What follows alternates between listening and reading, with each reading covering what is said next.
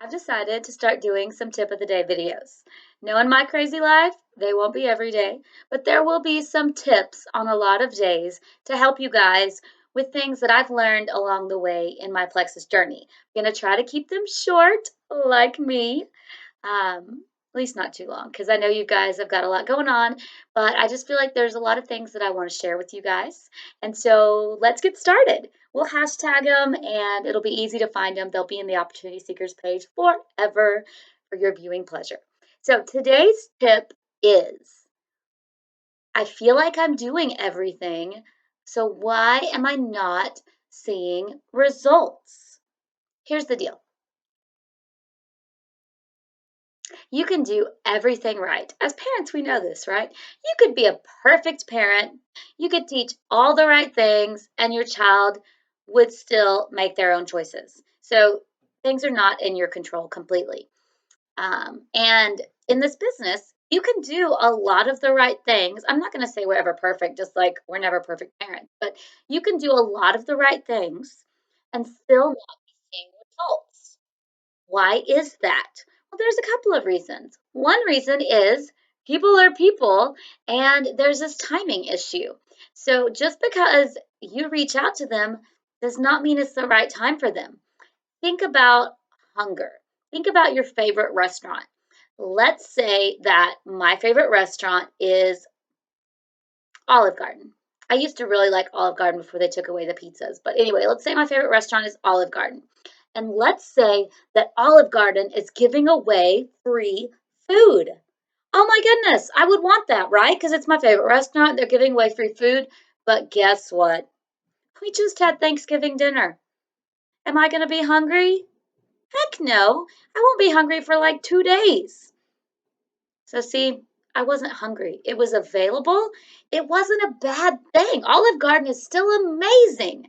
Just because I didn't want it at that time does not mean that I don't like the restaurant owner, that I hate Olive Garden, that I think they're a terrible place. It just meant I was not hungry. And so in this business, we are looking for people who are hungry. Some people, if it's like a clock, if you're looking at like a clock, some people are at 2 o'clock. They are not even close to 12 o'clock because you got to get all the way around to 12 o'clock, because the clock goes this way. Some people are at 6 o'clock. Some people are at 9 or 10 o'clock, and that's the ones we really want to find. So, the first thing that I want you to think about when you think about, man, I'm doing all the right things. Why is nothing happening? Is that it can be a timing issue. You may not have connected with people that are hungry. Don't worry, there's people out there. I guarantee you, if Olive Garden pushes past me and keeps trying, there even on Thanksgiving, there would be some people that would still be hungry. I mean, if they found my husband, I think he'd still be hungry, even if he'd already had Thanksgiving meal. Just give him a few hours and he'll be ready again.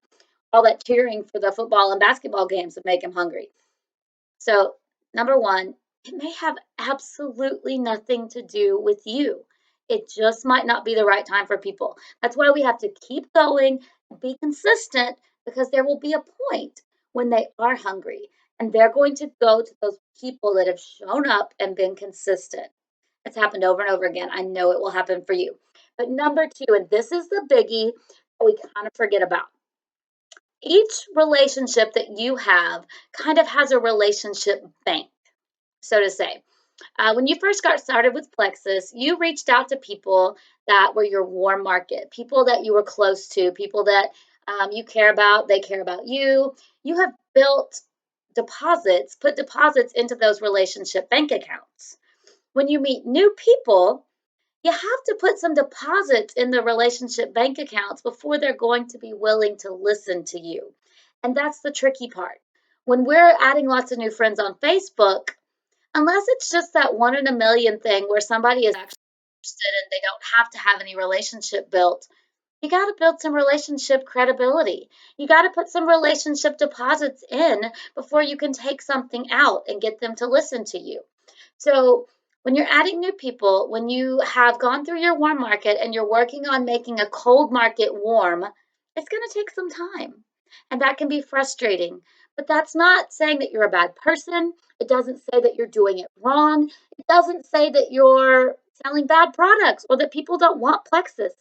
They just have to know more about you, and you have to make deposits into that relationship account. So, what are you saying, Aubrey? I just have to sit and wait until they get to know me better? Y'all know me better than that. I do not like to sit and wait. I want to know, what can I do? So, in these tip of the day videos, I'm going to give you practical tips to work past your issues and your frustrations, and to learn from what I'm talking about. So, here's your tip. Build into those relationship bank accounts. And guess how you do that? Adding value. When you add enough value to people, they will be willing to listen to you. Now, not everybody, but if you continually add value to people, then they're going to listen to you.